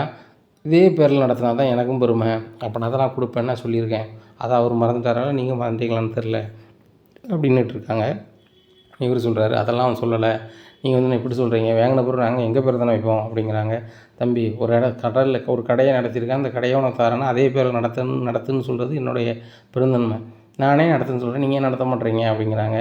இல்லை தலைவராக நான் பணம் தந்தப்பறம் நீங்கள் ஒதுங்கிடணும், உங்களுக்கு தேவை பணம் அப்படி இப்படின்னு சொல்லிட்டு ரொம்ப தோரணையாக பேசுகிறாரு. இதை பார்த்த அந்த ஃபர்னிச்சர் ஓனருக்கு ரொம்ப கடுப்பாகுது. இந்த பையன் வந்து தான் வாங்கின அமௌண்ட் வந்து வீட்டுக்கு தெரியக்கூடாது, 15 லட்ச ரூபா தான் கொடுத்துருக்கேன்னு தெரியும்னு சொல்கிறாரு. அது போக வந்துட்டு தான் பேரை தான் நான் நினச்ச பேரை தான் வைப்பேன் அப்படின்னு சொல்லிட்டு நான் இவ்வளோ காலம் பண்ண தொழில் பேரையே அழிக்கணும்னு நினைக்கிறேன், வைக்கணும்னு நினைக்கிறேன். இந்த பேரை எடுத்துகிட்டு வேறு பேர் வச்சா அந்த இடத்துல என்னால் நினச்சி பார்க்க முடியுமா? அப்படி பார்த்தா அந்த நான் சாவது வரைக்கும் இந்த இதே ஷோரூமையே நடத்திட்டு போயிடலாமே, நான் பசங்கள்கிட்ட கூட போனாட்டும் பரவாயில்ல, என் பொண்டாட்டி என் கூட இருந்து வாழ்ந்த இடம் இது, அவன் நினைவாகவே நான் இந்த ஷோரூம் நடத்திட்டு போயிடலாமேன்னு சொல்லிட்டு ரொம்ப ஃபீல் பண்ணுறாரு. இவர் இப்படி பண்ணுறவர் வந்து நாளைக்கு வந்து வேலை பார்க்குற பசங்களையும் வேலைக்கு வேண்டான்னு சொல்லிட்டாலோ, இல்லைனா வந்து ஏற்றி பூட்டி பண்ணி தொழிலில் தோத்துட்டாலோ எனக்கெல்லாம் அசிங்கம். இந்த இடத்துல என் கடை இருந்த இடத்துல இன்னொரு பேரில் இன்னொரு கடை இருக்கிறது நம்ம அனுமதிக்க முடியுமா அப்படின்னு சொல்லிட்டு ரொம்ப யோசிக்காரு. சரி தம்பி நீங்கள் வந்து வீட்டுக்கு போய்ட்டு வாங்க அப்படிங்கிறாங்க. என்ன தலைவரே இருக்க பணத்தை உங்கள்கிட்ட கொடுத்துட்டு போயிடலான்னு பார்த்தேன், மீதி லோன் வந்து என்ன கொடுத்துடலான்னு பார்த்தேன், நீங்கள் பணத்தை வாங்க மாட்டேறீங்களா அப்படிங்கிறாங்க. இல்லை எனக்கு கொஞ்சம் யோசனையாக இருக்குது, போய்ட்டு வாங்க அப்படிங்கிறாங்க. இல்லை சார் கூட கூட ஒரு 2 லட்சம் கூட வாங்கிக்கோங்க, லோனை கொஞ்சம் கூட போட்டு கூட தந்துடுறேன் வச்சுறேன் அப்படிங்கிறாங்க. தம்பி பணத்துக்காக இந்த ஃபர்னிச்சர் கடையை நான் விற்கவே இல்லை சரிங்களா, இந்த கடையை நான் கொடுக்கணும் அப்படின்னு சொல்ல என்னை மிரட்டுறவன்ட்ட சொல்லி என்கிட்ட கூட 2 தாங்க வச்சுக்கோங்கன்ட்டு தூர போயிடுவேன். இல்லை கட்டாட்டிலும் பரவாயில்ல போயிட்டு கொஞ்சம் கொஞ்சமாக அது கொடுங்கன்ட்டு போயிடுவேன். ஆனால் இது வந்து நான் வந்து ரொம்ப நாளாக கஷ்டப்பட்டு உழைச்சி சம்பாரித்த கடை, இந்த கடை ஃபர்னிச்சர் கடை, இதே கடையில் நான் வந்து கூலிக்காரனாக இருந்தேன். இதே கடையை நான் வாங்கி அதே பேரில் எங்கள் ஓனர் என்ன பேர் வச்சுருந்தாலும் அதே பேரில் நான் நடத்திட்டுருக்கேன் இவ்வளோ காலமாக சரியா. இந்த கடைக்குன்னு ஒரு பிராண்ட் இருக்குது, இந்த கடைக்கு வந்தால் சூப்பராக இருக்கும் அப்படின்னு சொல்லி மக்கள் நம்புகிறாங்க சரியா. கிட்டத்தட்ட 30 வருஷத்துக்கு மேலே இந்த கடையை நான் நடத்தியிருக்கேன் சரிங்களா. நீங்கள் கடையை வச்சாலே போதும் ஆட்டோமேட்டிக்காக வியாபாரம் போயிட்டுருக்கும். நீங்கள் புதுசாக எதில் கடை வச்சாலும் சரி தான், நீங்கள் முன்னேறி வரணும் அப்படின்னா குறைஞ்சபட்சம் ஒரு 3 மாதம் ஆகும். அப்போ தான் உங்கள் தொழிலே இருக்குது, அந்த இடத்துல கடை இருக்குதுன்னு தெரியும். நான் இதை பலமுறை விளம்பரம் பண்ணியிருக்கேன், மக்களும் இங்கே சூப்பராக இருக்குன்னு சொல்லிட்டு 4 பேர்கிட்ட சொல்லிடுவாங்க. அந்தளவுக்கு 30 வருஷம் நான் அந்த இதில் பேரும் புகழோடு இருக்கேன். அந்த கடையை உங்களுக்கு நான் தரேன், ஏன்னா அது நீங்கள் அதே பேரில் நடத்துவீங்கன்னு பார்த்தீங்கன்னா நீங்கள் அப்படி இப்படி சொன்ன இப்போவுமே ஒன்றுக்கு முரணாக பேசுகிறீங்க. நான் என்ன சார் முரணாக பேசினேன், நான் வாங்கின பொருளுக்கு நான் பேர் வைக்கக்கூடாதாங்கிறாங்க. அது உங்கள் விருப்பம். ஆனால் வந்துட்டு பண விஷயத்தில் நீங்கள் ரொம்ப இதாக இருக்கீங்க, உங்கள் வீட்டில் உங்கள் அப்பா, அம்மா, உங்கள் அண்ணன் தம்பிகிட்டே வந்து நீங்கள் உண்மையாக இருக்கா இல்லாத போது என்கிட்ட நீங்கள் உண்மையாக இருப்பீங்களான்னு எனக்கு தெரியல. சரிங்களா? என் கடையை இந்த இடத்துல நடத்திக்கிட்டு இதே இடத்துல நடத்திக்கிட்டு நான் ஏற்கனவே நடத்தின பேரை கெடுத்துட்டிங்கன்னா அவ்வளோதான். சரி, எனக்கு கஷ்டமாக போயிடும். என் பசங்களும் என்ன தப்பாக நினைப்பாங்க. என் பசங்க சொன்னது இதுதான், "எப்பா உங்களுக்கு அந்த பணம் கட்டுதோ கட்டலையோ அந்த ஏஜென்சின்னு ஒரு பேர் இருக்குப்பா. அந்த ஏஜென்சி பேரில் தான் நாங்கள் வந்து படித்தோம், வளர்ந்தோம், எல்லாமே இது பண்ணோம். அதை வந்து யாராவது நம்பிக்கையான ஆள்கிட்ட கொடுத்துட்டு வாங்கப்பா. பணம் ஒரு மேட்டர் இல்லைப்பான்னு" சொல்லிட்டாங்க. சரிங்களா? என் பசங்க எல்லாருமே அமெரிக்காவில் செட்டில் ஆகிட்டாங்க. சரிங்களா? அவங்க டாலரில் சம்பளம் வாங்குறாங்க. இந்த பணம் வந்து ஒரு பிரச்சனை இல்லை. ஆனால் வந்துட்டு நல்ல ஆள்கிட்ட ஒரு நல்ல தொழில் பண்ண இளைஞன்ட்ட கொடுத்துட்டு போகணுன்னு தான் சொன்னேன். இதனால தான் முத்து வந்து உங்களை கொண்டு காமிச்சார் அப்படிங்கிறாங்க. நானும் தொழில் பண்ண இளைஞன் தான் அப்படிங்கிறாங்க. தம்பி, உங்களோட சிந்தனை எல்லாமே முற்போக்காக இருக்குது. அதனால் வந்து உங்களுக்கும் எனக்கும் செட் ஆகாது அப்படிங்கிறாங்க. என்ன சார் சொல்கிறீங்க அப்படிங்கிறாங்க. இல்லை செட் ஆகாது, நீங்கள் வேறு இடத்துல பாருங்கள் அப்படின்னுட்டுருக்காங்க. மனோஜுக்கு பயங்கர குழப்பமாக இருந்துகிட்ருக்கு. உடனே நேராக வீட்டுக்கு போகிறாரு. போனோன்னே ரோகிணி கேட்குறாங்க, என்ன மனோஜ் ரொம்ப கோவமாக இருக்கீங்க அப்படிங்கிறாங்க. கோவமாக இல்லை, அந்த ஃபர்னிச்சர் கடைக்காரர் வந்து ஒரு மாதிரி பண்ணுறாரு அப்படிங்கிறாங்க. என்ன பண்ணுறாரு அப்படிங்கிறாங்க. இல்லை அவர் பேர்லேயே தான் நடத்தணும் வைக்கணும்னு நினைக்காரு அப்படிங்கிறாங்க. உடனே ரோகிணி சொல்கிறாங்க, அவங்க பேரில் எப்படி நடத்த முடியும், நம்ம இஷ்டம் தானே அப்படின்ட்டு இருக்காங்க. இல்லை, அவர் ரொம்ப நாளாக அதே நேமில் நடத்தி தரோம், அதே நேமில் நடத்தணும் வைக்கணும். நீங்கள் வந்துட்டு பண விஷயத்தில் வந்து உங்கள் வீட்டுக்கும் எனக்கும் வந்து இந்த பணம் நான் கொடுக்குற அமௌண்ட் தெரியக்கூடாது வைக்கக்கூடாதுன்னு நினைக்கிங்க. அவர் என்ன சொல்கிறார், நான் அக்ரிமெண்ட் போடுற அக்ரிமெண்ட் வந்து எல்லாருக்குமே தெரியணும். உங்கள் வீட்டில் உங்கள் தம்பிலாம் வந்து விட்னஸாக வரணும் அப்படிங்கிறாங்க. அவன் விட்னஸாக வந்தால் தான் அக்ரிமெண்ட் போடும்போது தெரிஞ்சிருமே ரோகிணி அப்படிங்கிறாங்க. அது நம்ம இஷ்டம்லாம், இவர் ஏன் அப்படி ஓவராக பண்ணிகிட்ருக்காரு, அவருக்கு தெரிய பணம் தானே, பணத்தை வாங்கி ஒதுங்கிட வேண்டியதானே அப்படிங்கிறாங்க. அவர் வந்து பணத்துக்காக கொடுக்கல வைக்கலைங்கிறாரு அப்படிங்கிறாங்க. உடனே சரி விடு மனோஜ், இதே மாதிரி பிஸ்னஸ்னால் வேறு எங்கேயாவது நம்ம இடம் பார்த்து வைப்போம் அப்படிங்கிறாங்க. ஆமாம் ரோகிணி, இந்த மாதிரி பிஸ்னஸ் வச்சா அந்த கொடை காலத்தில் ஓட நமக்கு தெரிஞ்சு போச்சு, வேறு எங்கேயா எடுத்து வைக்க போகிறோம் அப்படிங்கிறாங்க. இந்த சூழ்நிலையில் அவர் ரொம்ப குழப்பமாக இருக்கார் அந்த ஃபர்னிச்சர் ஓனரு. என்ன இந்த பையன் வந்து ஏட்டிக்கு பூட்டி பேசிட்டு போகிறான், அது போக வந்து அவன் சொன்னது தான் சரிங்கிறான், படித்தவனே இப்படி தான் இருப்பானா அப்படின்னு சொல்லி யோசிக்கார். நம்ம பசங்களும் படித்த பசங்க தானே, அவங்க பக்குவமாக இருக்காங்க, இவன் அப்படி இருக்கான், சரி வளர்ப்பு சரியில்லை அப்படின்னு நினச்சிட்டு அவர் வழக்கம் போல் வேலையை பார்க்காரு. அப்போ கடையை வாங்கணும், யாருக்கும் கடையை வாங்கணும் அப்படின்னு சொல்லிட்டு அந்த ரவுடி வந்து கேட்குறாரு. கடை எனக்கு வேணும், ஒவ்வொரு ஆளாக காமிச்சிட்ருக்க சரியா, அவனுக்கு வரும்போது இந்த கடையை அடித்து நொறுக்கவோ இல்லைன்னா வந்துட்டு வாரவங்கிட்ட பிரச்சனை பண்ணுவோம், எனக்கு பெரிய நிமிஷம் இருக்காது. ஆனாலும் இந்த கடை என் கடை நினச்சிட்ருக்கேன், அதனால தான் உன்ட்ட பக்குவமாக பேசிகிட்ருக்கேன். ஒழுங்கு மரியாதையாக உனக்கு வயசாகிடுச்சு, கடையை தந்துட்டு போயிட்டே இரு நான் கேட்குற ரேட்டுக்கு அப்படிங்கிறாங்க. நான் வந்து சும்மா கொடுக்கணும், எனக்கு வேண்டி ஒன்று தான் கொடுப்பேன், நீ சொல்லி கொடுக்கணும் எனக்கு அவசியம் இல்லை. நான் வாழ்ந்து பார்த்துட்டேன் சரியா, என் 2 பசங்களும் ரொம்ப சேஃபாக இருக்காங்க, சம்பாத்தியம் இல்லாமையோ எதுவும் இல்லாமையோ இல்லை, நல்லா தான் இருக்காங்க. நான் எதுக்கும் கவலைப்பட போகிறதில்ல சரியா, பேரன் பேத்தியும் எடுத்துட்டேன், எல்லாத்தையும் கிட்டத்தட்ட பார்த்துட்டேன் தம்பி. அதனால் உங்கள் ஊட்டலுக்கும் பிறட்டலுக்கும் நான் இது பண்ண மாட்டேன் அப்படின்னுட்டு இருக்காங்க. இந்த சூழ்நிலையில் முத்து தற்செயலாக வந்துடுறாரு. சார் இந்த வழியாக வந்தேன், அப்படி உங்களை பார்த்துட்டு போகணுன்னு நினச்சேன் அப்படிங்கிறாங்க. முத்தை பார்த்தோன்னா கூட 2 பேர் இருந்தாலும் ஓடிடுறாங்க. ஆகா, இவன் அன்றைக்கி வந்தானே புதுசை கொடுத்தான் அப்படின்னு சொல்லிட்டு. உடனே அந்த அவர் ரவுடி வந்து என்ன இவன் வந்தானே ஓடுதான்னு சொல்லிட்டு, நீ பெரியவனடா அப்படின்ட்டு இருக்காங்க. பூசை வாங்கினவங்களுக்கு அவங்களுக்கு தெரியும் நான் பெரியவனான்னு சொல்லிட்டு அவன்கிட்ட போய் கட்டுக்கோங்க அப்படிங்கிறாங்க. தம்பி சும்மா சும்மா டக்காலிட்டி பண்ணிகிட்ருக்கான், இந்த கடையை கொடுக்கல வைக்கலன்னா பெரிய பிரச்சனை ஆயிருன்ட்டு கிடக்கான் அப்படிங்கிறாங்க. சார் கடையெல்லாம் கொடுக்க வேண்டாம், இவன்லாம் ஒரு ஆள் கிடையாது, முதுகுலி பிஞ்சிரும் அப்படிங்கிறாரு. நீ எவ்வளோ பெரிய ஆளா அப்படிங்கிறாங்க. அந்த ஆளை 4 பூசை போடுதாரு. முத்துனுடைய மிதி தாங்க முடியாமல் அந்த ஆளை ஓடிடுறாரு, அவரும் அந்தபடியும் ஓடிடுறாரு. இந்த சூழ்நிலை முத்துட்ட சொல்கிறாங்க, தம்பி நான் யாருக்காக இந்த கடையை கொடுத்துட்டு போகணுன்னு நினச்சேன், அதான் சார் எங்கள் அண்ணன் வாங்குறேன்னு சொல்லிட்டாங்களா அப்படிங்கிறாங்க. இல்லை தம்பி, அவர்கிட்ட உண்மை இல்லை, உங்கள்கிட்ட ஒன்று பேசுகிறாரு, என்கிட்ட ஒன்று பேசுகிறாரு சரியா, எனக்கு பொய் பேச தெரியாது. அவர் வந்து பண விஷயம் வந்து எங்கள் வீட்டுக்கு தெரியக்கூடாதுன்னு, நான் எவ்வளோ கொடுக்கேன் போகிறேன்னு தெரியக்கூடாது, எனக்கு உங்களுக்கும் டீல் இருக்கணுங்கிறாரு, அப்படிங்கிறாரு இப்படிங்கிறாரு. அதுபோக இந்த பேரை மாற்றணும் வைக்கணும்னு சொல்லிகிட்டு இருக்காங்க அப்படிங்கிறாங்க. ஆமாம் சார், பேர் கூட மாற்றணும்னு சொல்லி பேசிகிட்டு இருந்தாங்க, நான் கூட பேர் வைக்கணும்னா அம்மா பேர் வைன்னு சொன்னேன் அப்படிங்கிறாங்க. நீங்கள் உங்கள் அம்மா பேர் வைக்கணும்னு சொன்னீங்க, அது நல்ல விஷயந்தான். ஆனால் நான் பாரம்பரியமிக்கமாக அந்த கடையை நடத்திட்டு இருக்கேன் ரொம்ப நாளாக. எங்கள் ஓனர் வந்து நடத்தின அதே பேரில் நடத்திட்டு இருக்கேன். கிட்டத்தட்ட 30 வருஷத்துக்கு மேலே இந்த கடை வந்து இந்த இடத்துல இருக்குது. இந்த இடத்துல இருக்கிறதுனால இந்த பிராண்டுக்கும் ஒரு பேர் நல்லாயிருக்கும், உங்களுக்கும் தொழில் நல்லாயிருக்கும், எனக்கும் நம்ம பேரில் அந்த கடை நடக்குது அப்படின்னு சொல்லி தூரத்துலேருந்து ஒரு மன சந்தோஷமாக இருக்கும். இதுக்கு தான் தம்பி, ஆத்ம திருப்தி தான் தம்பி இதை நான் கொடுக்குறேன், வேறு ஒன்றுமே இல்லை. அந்த ரவுடி பையிட்ட கொடுத்தா என்ன செய்வான், வாரவங்கள்ட்ட ஒழுங்காக அணுகுமுறையில் நடந்துக்க மாட்டான். ஏதோ ஒரு வகையில் தொழிலை இது பண்ணிடுவான், என் பேரை பழைய பேரை கெடுத்து விட்ருவான். அதனால தான் நான் அவனுக்கும் கொடுக்கல. பணம் ஒரு பெரிய விஷயம் இல்லைன்னு உங்களுக்கே சொல்லிட்டேன். என் பசங்க செட்டில் ஆகிட்டாங்க, சரிங்களா? எனக்கு வந்து அமெரிக்கா போகிறதுக்கு டிக்கெட்டு காசு கிடைச்சாலும் போதும், வேறு ஒன்றுமே வேண்டாம் அப்படின்னு நினைக்கிற ஆள் நான். சரியா? உன்ன மாதிரி தம்பி இருக்கான்னா வச்சுக்கோ தம்பி, நல்லா நடத்து, எனக்கு ஒரு ரூபா கூட தர வேண்டாம், ஆனால் பழைய நேம்லேயே நடத்து அப்படின்னு சொல்லிட்டு மாற்றி விட்டு போயிடுவேன். ஏன்னா எல்லா பொருளும் நான் லோனுக்கு தான் வாங்கி வச்சுருக்கேன். சரியா? நீ விற்க போகிறீங்க, அது கெட்ட போகிறீங்க, இதுதான் நடப்பு அப்படிங்கிறாங்க. சரி சார், எங்கள் அண்ணனுக்கு கொடுக்க வாய்ப்பு இருந்தால் கொடுங்க அப்படிங்கிறாங்க. இல்லை தம்பி, தப்பாக நினச்சிக்காதீங்க, உங்கள் அண்ணங்கிறது மரியாதை மட்டும்தான் அந்த பையனுக்கு இருக்குது. அந்த பையனுடைய செயல்பாடோ அவங்க வீட்டம்மாவோட செயல்பாடோ சுத்தமாக பிடிக்கல. நாள் கூட நீங்கள் தள்ளி நில்லுங்க, நான் பேசுங்கன்னு சொல்லும்போது, நாங்கள் பணம் தர்றது வந்து எங்கள் வீட்டுக்கு தெரியக்கூடாது, அவங்க வந்து ஆசை பிடிச்சவங்க அப்படி இப்படிங்கிறாங்க. நீங்கள் எந்த ஆசையுமே இல்லாமல் அவன் நல்லா இருக்குன்னு நினச்சிட்டு வந்து பேசுகிறீங்க. ஆனால் அவருக்கு அப்படி குணம் இல்லை. அவர் பண விஷயத்துலேயும் கொஞ்சம் ஒஸ்ட்டாக இருக்கிறாரு. பேச்சுவார்த்தை இது இல்லை. அட்வான்ஸ் தந்தால் நீங்கள் ரிஜிஸ்டர் ஆஃபீஸில் வந்து கையெழுத்து போட்டால் தான் நான் வந்து 1000 நான் அட்வான்ஸ் தருவேன் அப்படி இப்படின்னு பேசுகிறாரு. இவ்வளோ பெரிய கடையை நான் வந்துட்டு லோன் வாங்கின பிறகு நான் தரேன்னு சொல்கிறேன், அதை கூட நம்ப மாட்டுறாரு. நம்பிக்கை இல்லாத ஆளாக இருக்கிறாரு. அதனால் தம்பி சரி வராது. சரியா? நான் ஒரு நல்ல முடிவாக எடுத்திருக்கேன் அப்படிங்கிறாங்க. என்ன சார் அப்படிங்கிறாங்க. இல்லை, இந்த கடையை நான் உங்களுக்கு தர போகிறேன் அப்படிங்கிறாங்க. சார், என்கிட்ட எந்த காசும் இல்லை சார், தப்பாக நினச்சிக்காதீங்க, எங்கள் அண்ணனுக்காவது ஃபாரின்லேருந்து அவங்க மாமனார் பணம் அனுப்பியிருக்காங்க வச்சுருக்காங்க அப்படிங்கிறாங்க. பணம் என்ன தம்பி பணம்? ஏன்னா எல்லோரும் உழைச்சா வந்துட போகுது. நானும் கூலிக்காரனாக இருந்தால் அந்த இடத்த வேலையை ஆரம்பித்தேன். எங்கள் ஓனர் வந்து எனக்கு ஒரு வாய்ப்பு கொடுத்தாரு. சரியா? நீ எனக்கு புள்ள மாதிரி நான் நினைக்கிறேன், உனக்கு ஒரு வாய்ப்பை தரேன், இதை நீ வச்சுக்கோ. ஏன்னா எல்லாமே லோனில் தான் இருக்குது. இந்த கட்டடம் நான் பார்த்து கட்டின கட்டடம். எங்கள் ஓனர் வந்து எனக்கு தந்தாலும் கூட ஒரு சில வேலைகளை பூரா நான் தான் செஞ்சுருக்கேன். ஏன்னா என் மனைவியோட ஆஸ்துமா எல்லாமே இந்த கட்டடத்தை சுற்றி தான் வருது. அதனால் நானும் இந்த கட்டடத்தை சுற்றி தான் வருவேன்.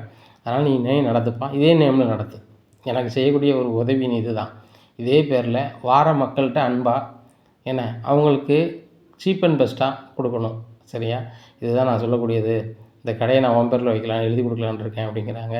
உடனே சார், நீங்கள் தப்பாக நினச்சிக்காதீங்க, நீங்கள் கஷ்டப்பட்டு உருவாக்குனது, இதுக்கு வாரிசு வந்து உங்கள் பசங்களுக்கு தான் நீங்கள் கொடுக்கணும், இல்லைனா நீங்கள் விற்று அந்த காசை உங்கள் பசங்கள்கிட்ட கொடுக்கணும். ஏன்டா சார், நல்லா இருக்கால சார், எனக்கு 5 காசு கிடையாது சார் அப்படிங்கிறாங்க. தம்பி, 5 காசு வேணாம் தம்பி, இப்போ பாரு இந்த வழியாக வந்திருக்க, நான் எப்படி இருக்கேன்னு பார்க்க வரேன், இப்போ தாப்பனை மாதிரி பார்க்க வரேன், நீ பார்க்கணுன்னு எனக்கு அவசியமே கிடையாது. சரியா? இந்த கடையை வாங்குறேன்னு நினைக்கிறவங்க அண்ணன், அவர் வாங்குகிற அமௌண்ட்டு கூட பிறந்த தம்பி உனக்கு தெரியக்கூடாதுன்னு நினைக்காங்க. நீங்களும் எந்த பிரதிபலனும் இல்லாமல் அண்ணனுக்கு வாங்கி கொடுக்குன்னு நினைக்கிங்க. நீங்கள் அவரை அண்ணனாக நினைக்கிங்க, அவர் உங்கள் தம்பியாக உங்களை நினைக்கல. சரிங்களா? ஆனால் வந்துட்டு நீங்கள் என்ன வந்து இப்போ தாவப்பு மாதிரி வந்து பார்த்துட்டு போகிறீங்க, அதுக்கு இதுக்கு வித்தியாசம் இருக்குது. சரியா? அதுபோக எனக்கு 2 பசங்க, 3வது பசங்களாம் ஒன்றை பார்க்குறேன். சரியா? என் ஒரு பையன் படிக்கலை, அவன் சின்னதாக ஒரு தொழில் பண்ணுறான்னா அவனை நான் பெருசாக டெவலப் பண்ணி விடணும்னு நினைப்பேன். அதே மாதிரி தான் நினைக்கிறேன். இந்த ஏஜென்சியை நீங்கள் தான் நடத்துகிறீங்க. சரிங்களா? நீங்கள் நடத்துகிறீங்க.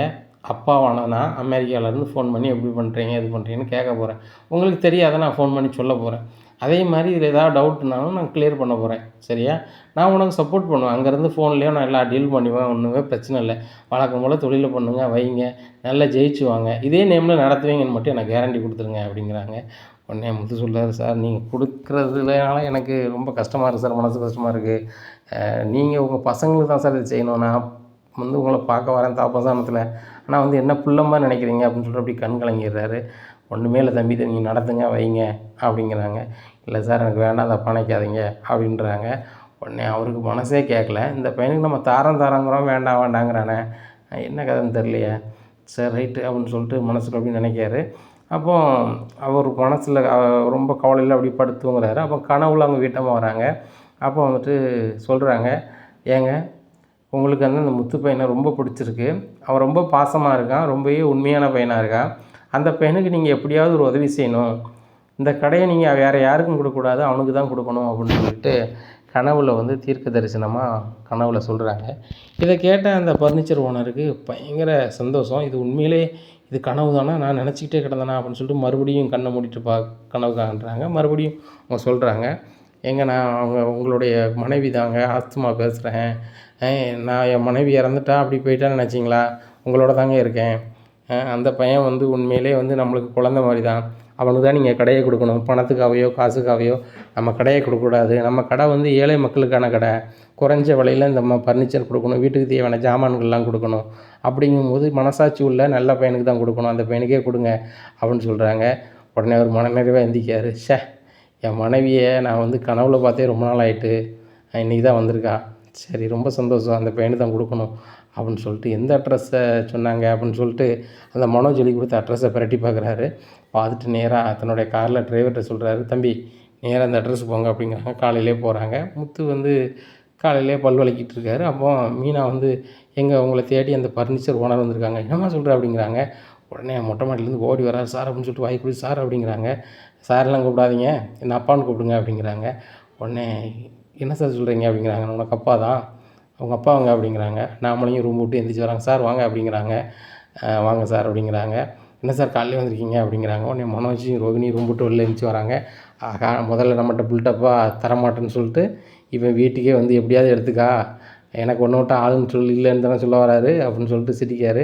ரோகிணிகிட்ட சொல்கிறாங்க, பார்த்தியா ரோகிணி முதல்ல என்கிட்ட கடையை தரமாட்டேன் வைக்க மாட்டேன்ற மாதிரி பேசிட்டு இப்போ வந்து வீட்டில் வந்து எப்படியாவது வாங்கிக்கோங்க எனக்கு வேறு வழி இல்லைன்னு சொல்ல வந்தார். பார்த்தியா நம்மளால தான் அவருக்கு வந்து பணமே கிடைக்க போகுது, நம்மளுக்கு ஒரு வாழ்க்கை அவர் கொடுக்கல, நம்ம தான் அவருக்கு ஒரு வாழ்க்கை கொடுக்க போகிறோம் அப்படி இப்படிங்கிறாங்க. 2 பேருமே சிரிச்சுக்கிறாங்க. இந்த சூழ்நிலையில் அவர் சொல்கிறாரு, ஒரு சந்தோஷமான செய்தியை சொல்லணும்னு நினச்சேன் காலையிலே வந்துட்டேன் அப்படிங்கிறாங்க. ஒன்று விஜயா சொல்கிறாங்க, எனக்கு தெரியும் நீங்கள் வந்து மனோஜுக்கு வந்து முதல்ல வந்து அந்த கடையை கொடுக்க விருப்பம் இல்லைன்னு இப்போ இடையில சொன்னாலும் கூட மறுபடியும் என் பையனை தான் கொடுப்பீங்க, இப்படி ஒரு இளைஞனை தான் கொடுப்பீங்கன்னு எனக்கு தெரியும். அவன் வந்து சாதிக்க துடிச்சிக்கிட்டு இருக்க ஒரு இளைஞன், அவன் வந்து இதே மாதிரி பல பிஸ்னஸ் என் பையன் பண்ணுவான் அப்படி இப்படின்னு பயங்கர சீன் போட்டுட்ருக்காங்க. இவன் அதுக்கு வரல அப்படிங்கிறாங்க. உடனே விஜயா முழிக்கிறாங்க. உடனே அண்ணாமலையும் பார்க்குறாங்க. இவர் எதுக்கு வந்திருப்பாரு அப்படின்னு சொல்லிட்டு முழிக்காங்க. முத்துக்கு இந்த விஷயம் தெரியுது. முத்துக்கு வந்துகிட்டே இருக்காங்க. ஒன்றும் இல்லை, நான் வந்து முத்தை என் பையன் மாதிரி பார்க்குறேன் அப்படிங்கிறாங்க. உடனே மனோஜ் பார்க்குறாரு. இவனே ஒரு கை நாட்டு ஒரு டிரைவர் இவனை பையனாக பார்க்காரா, விற்றுட்டு போகிறதே போகிறாரு, அதனால் இவனை பையன்னு சொல்லிட்டு போகிறார் அவ்வளோதானே. நம்ம வாங்க போகிறோம், வாங்கின பிறகு இவர் ஃபோட்டோவே தூக்கிட்டு கடாச போகிறோம் அந்த ஷோரூம்லேருந்து, அவ்வளோதானே. நம்ம தான் ஃபோட்டோ ஷூட்லாம் எடுத்து பயங்கரமாக ஃபோட்டோ எடுத்து வச்சுருக்கோமே அப்படின்னு நினைக்காரு மனோஜ். இந்த ரோகிணி சொல்கிறாங்க, ஏங்க அவர் எவ்வளோ அமௌண்ட்டு கட்டுறாரு அந்த அமௌண்ட்டை கொடுத்துருவோம், லோன் தான் நம்மளுக்கு சேங்ஷன் ஆக போதில்ல, நாளைக்கு ஆயிரும்ல அப்படிங்கிறாங்க. ஆமாம் ரோகிணி, நாளைக்கு கேட்டாரா நாளைக்கு செக்கு கையில் கொடுத்துருவோம், இன்றைக்கி ரொக்கமாக இருக்கனாலும் ரொக்கமாக கொடுத்துருவோம் அப்படிங்கிறாங்க. இந்த சூழ்நிலையில் அவர் சொல்கிறாரு, நான் என்ன சந்தோஷமான செய்தி சொல்ல போகிறோம் நீங்கள் கேட்க மாட்டீங்களா அப்படின்னு சொல்லிட்டு அண்ணாமலைகிட்ட கேட்குறாங்க. சொல்லுங்கள் சார், நீங்கள் தான் எதை சொல்லணும்னு சொன்னீங்க சொல்லுங்கள் அப்படிங்கிறாங்க. இந்த மாதிரி முத்துக்கு அந்த கடையை கொடுக்க போகிறேன் அப்படிங்கிறாங்க. என்ன சார் சொல்கிறீங்க, மனோஜ் தானே வாங்கணும்னு சொன்னான் அப்படிங்கிறாங்க. இல்லை அந்த பையன்ட்ட உண்மை இல்லை, வாக்கு சுத்தமும் இல்லை, அதனால் இந்த வாக்கு சுத்தம் இருக்கக்கூடிய இந்த பையனுக்கு முத்து கொடுக்க போகிறேன் அப்படிங்கிறாங்க. முத்துட்ட காசு எதுவும் இல்லையே தலைவரை அப்படின்னு சொல்லி கேட்குறாங்க. காசு வேண்டாம் ஒன்றும் வேண்டாம், அந்த பையன் குணமே போதும், அந்த பையன் குணத்துக்காக என்னோடய கடையை அவர் பேரில் எழுதி கொடுக்க போகிறேன், அது இன்றைக்கே எழுதி கொடுக்க போகிறேன் அப்படிங்கிறாங்க. உடனே அண்ணாமலை சொல்கிறாங்க, என் பையனுக்கு நான் தான் ஏதாவது செய்யணும், என்னால் செய்ய முடியல இன்றைக்கி நிலைமையில் அப்படிங்கிறாங்க. எனக்கும் அவன் பையன்தான் சரிங்களா, நீங்கள் எனக்கு கூட பிறந்த அண்ணன் மாதிரி, அதனால் ஒன்றுமே நினைக்கல, நீங்கள் வந்துட்டு ரெஜிஸ்ட்ரேஷன் ஆஃபீஸுக்கு நீங்கள் விட்னஸ் போட்டால் மட்டும் போதும், நீங்கள் வாங்க அப்படிங்கிறாங்க. இல்லையா ரொம்ப யோசனை பண்ணி சொல்லுங்கள், உங்களுக்கு வேறு பசங்க வெளிநாட்டில் இருக்காங்க வைக்கங்கன்னு சொன்னீங்க, அதுபோக வந்து அவங்கள கேட்காம ஒரு முடிவு எடுக்காதீங்க அப்படிங்கிறாங்க. எல்லாரையுமே காலையிலே கேட்டுட்டேன், என் மனைவியுமே என் கனவுல வந்து சொல்லிட்டான், நான் கடையை கொடுத்தா வேறு யாருக்கும் கொடுக்கக்கூடாது, இந்த முத்து பையனுக்கு தான் கொடுக்கணும், அந்த பையன் வந்து ஏழை மக்களுக்கு சீப் அண்ட் பெஸ்ட்டாக கொடுப்பாரு, நல்ல மாதிரி என் பேர் பழைய பேர்லேயே பேரும் புகழும் நடத்துவார் அப்படின்ட்டு என் மனைவியே சொல்லிட்டாங்க அப்படிங்கிறாங்க. உடனே என் மனைவி சொல்கிறாரு, என்ன சார் நீங்கள் முட்டாள்தனமாக பேசுகிறீங்க, கனவுல சொல்கிறதெல்லாம் கொடுப்பீங்களா, நான் பணம் தரேங்கிறீங்க, பணம் தரேன்னு நான் சொல்கிறேன், அவன் வந்து ₹1 தரமாட்டேன்னு சொல்கிறான், அவனுக்கு வந்து நீங்கள் கொடுக்கன்னு சொல்கிறீங்க அப்படிங்கிறாங்க. உடனே சொல்கிறாரு, டேய் அவர் என்ன சொல்ல வரான்னு கேட்போம் அப்படிங்கிறாங்க. டேய் நீ தான்டா அவர் மனசை கெடுத்துருக்க, எனக்கு கிடைக்கூடாதுன்னு ஏதோ பண்ணியிருக்க வச்சுருக்க அப்படிங்கிறாங்க. உடனே விஜயாவும் சொல்கிறாங்க, ஆமாங்க இந்த முத்துக்கு வந்து கெட்ட புத்திங்க, இந்த மீனாவுக்கும் கெட்ட புத்தி, அவங்க வந்து இவரை பார்த்து பேசி என்னத்தையோ மழுப்பி எங்களுக்கு தான் கடை வேணும் அவங்களுக்கு கொடுக்காதீங்கன்னு சொல்லி காலில் கையில் விழுந்துருப்பாங்க அப்படிங்கிறாங்க. உடனே ஏம்மா வாய்க்கு வந்ததெல்லாம் பேசாதீங்க, இந்த முத்து வந்து நான் நேரில் சொல்லும் போது கூட எனக்கு கடை வேண்டான்னு தான் சொன்னான் அப்படிங்கிறாங்க. இதை கேட்டால் ரோகிணி மனசும் பயங்கரமாக முழிக்காங்க. ஆகா நேரில் போய் பேசினானா, அப்போ நம்ம இல்லாத நேரம்லாம் போய் வெளியே சந்திச்சிட்ருக்கானா அப்படின்னு சொல்லிட்டு முழிக்காங்க.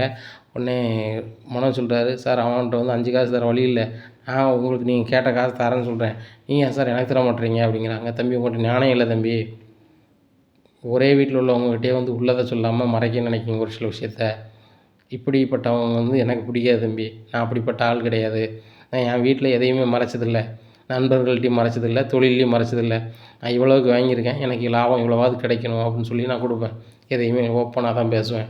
இதே மாதிரி மனசில் பட்டதை ஓப்பனாக பேசுகிற பையன் தான் அந்த பையன் சரியா. எனக்கு எதிராக வரவங்கள வந்து விரட்டணும், ஒரு 4 பூசை கொடுத்து விரட்டணும் வைக்கணுங்கிறது முத்துக்கு வேலையே கிடையாது, ஆனால் அதை செஞ்சார்.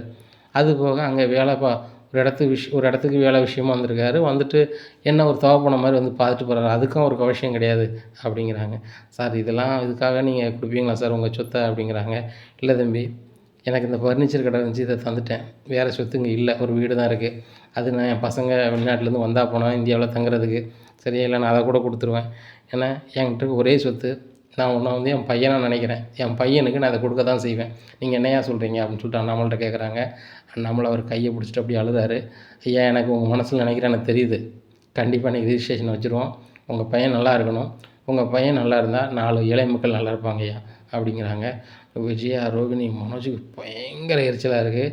உடனே சரியா, நான் காலையில் 11 மணிக்கு ரிஜிஸ்ட்ரேஷன் ஏற்பாடு பண்ணிடுறேன். நீங்கள் காலையிலே முத்து கூட காரில் வந்துடுங்க. நான் ஒரு விட்னஸ், இல்லை நான் கொடுக்க முடியாத விட்னஸ், நீங்கள் ஒரு விட்னஸ், உங்கள் வீட்டு அம்மா ஒரு விட்னஸ் போட சொல்லுங்கள் அப்படிங்கிறாங்க. சரி சார் அப்படிங்கிறாங்க. நேராக காலையில் 11 மணி ஆகுது. உடனே அண்ணாமலை சொல்கிறாங்க, விஜய் அப்புறம் எப்படி அப்படிங்கிறாங்க. நான் எங்கே வரலங்க அப்படிங்கிறாங்க. நீ வராட்ட வேறு யார் வருவா அப்படின்னுட்டு இருக்காங்க. நான் வரவே வரல. முத்துக்கு ஒரு நல்ல காரியம் நடக்கணும், நீங்கள் போங்க. அவரை ஏமாற்றி அதை எழுதி வாங்க போகிறான். நான் அதுக்கு வரணுமா வைக்கணுமான்ட்டு இருக்காங்க. உடனே அவர் என்ன சின்ன பையனா, அவர் சொத்தை வந்து முத்துக்கு வந்து சும்மா கொடுக்கணும்னு நினைக்கிறேன்னா எந்த அளவுக்கு நினச்சிருப்பாரு முத்தை, அதை புரிஞ்சுக்கோ அப்படிங்கிறாங்க. நான் வரவே இல்லை அப்படிங்கிறாங்க. வராட்ட இரு அப்படின்னு சொல்லிட்டு நேராக பரசுக்கு ஃபோன் அடிக்காங்க. பரசுக்கு ஃபோன் அடித்து இந்த மாதிரி ஃபர்னிச்சர் கடை ஓனர் வந்து நம்ம முத்துக்கு கடை எழுதி கொடுக்கணும்னு சொல்கிறாரு அப்படிங்கிற. என்ன அண்ணாமலை சொல்கிற அப்படிங்கிறாங்க. ஆமாம், முத்து வந்து அவன் பையன் நினைக்காரு. அதனால் முத்துக்கு வந்து அந்த ஃபர்னிச்சர் கடை எழுதி கொடுக்கான்னு நினைக்காங்க. அதுக்கு ஒரு விட்னஸ் போடணும் பரசு, நீ வந்துடலாமா அப்படிங்கிறாங்க. கண்டிப்பாக வந்துடுறேன் அப்படின்னு சொல்லிட்டு பரசு போயிடுறாரு. நீ வராட்டேன்னா என் நண்பன் பரசு வர மாட்டானா அப்படின்னு சொல்லிட்டு முத்துவா கிளம்பி போவோம் அப்படிங்கிறாங்க. எப்போ வேண்டாம், அவர் தான் சொல்கிறாரு நம்ம போனால் ஒரு மாதிரி இருக்குப்பா அப்படிங்கிறாங்க. ஒன்றுமே இல்லை, அவர் பெரிய மனுஷன், போலனா தப்பான பேர் வா முத்து அப்படின்னு சொல்லிட்டு நேராக போய் ரிஜிஸ்ட்ரேஷன் முடிக்காங்க. ரிஜிஸ்ட்ரேஷன் முடித்த உடனே பத்திரத்தை அண்ணாமலை கையில் கொடுக்காங்க. ஐயா, நீங்கள் பெரிய ஆளுங்க பையன் கையில் கொடுங்க அப்படிங்கிறாங்க. உடனே அண்ணாமலை வாங்கி கொடுக்குறாங்க. உடனே அண்ணாமலை சொல்கிறாங்க, நான் மட்டும் உனக்கு தவப்பன்ல, என்றைக்கும் இவரும் உனக்கு தவப்பன் தான். வாழ்க்கையில் முதல் படி அவர் தான் உனக்கு வச்சு தராரு அப்படிங்கிறாங்க. உடனே முத்துட்ட சொல்கிறாரு, முத்து, என்றைக்குனாலும் நான் அந்த கடைக்கு நான் வரலாம் போகலாம் அப்படிங்கிற உரிமையை எனக்கு நீ கொடுக்கணும் அப்படிங்கிறாங்க. இது உங்கள் கடை சார், நீங்கள் எப்போனாலும் வரலாம் அப்படிங்கிறாங்க. அப்பான்னு கூப்பிடு, சரியா, அப்பா என்றைக்குனாலும் வந்து உனக்கு ஆலோசனை பண்ணுவேன். என்றைக்கு நீ தான் ஓனர், சரியா, அதே பேரில் நடத்துகிற, ஏழை மக்களுக்கு நல்லது செய்கிற அப்படிங்கிறாங்க. சரியா அப்படின்னு சொல்லிட்டு அழுதுட்டு அவர் காலில் விழுந்துடுறாங்க. அண்ணாமலைக்கும் பயங்கர சந்தோஷம். உடனே சொல்கிறாரு, இப்படி ஒரு உதவியை நீங்கள் செய்வீங்கன்னு யாருமே நினச்சி பார்த்துருக்க மாட்டாங்க, ரொம்ப நன்றியா அப்படிங்கிறாங்க. நீங்கள் யாரியா அப்படிங்கிறாங்க. நான் அண்ணாமலை கூட வேலை பார்த்தேன், எனக்கும் முத்து பையன் மாதிரி தான் அப்படிங்கிறாங்க. முத்தை நினச்சி ரொம்பவே பெருமைப்படுறாரு அந்த ஃபர்னிச்சர் ஓனர். ரொம்ப நல்ல பையனாக இருக்கான், எல்லார்ட்டையுமே நல்ல பேர் வாங்கி வச்சுருக்கான், கண்டிப்பாக ஏழை மக்களுக்கு நல்லது தான் செய்வான் அப்படின்னு ரொம்ப சந்தோஷமாக சிரிச்சிட்டு இருக்காரு. இனி என்ன நடக்கும் அப்படிங்கிறத பொறுத்திருந்து பார்க்கலாம். நம்ம சேனலை நீங்கள் மறக்காமல் லைக் அண்ட் சப்ஸ்கிரைப் பண்ணுங்கள். நன்றி, வணக்கம்.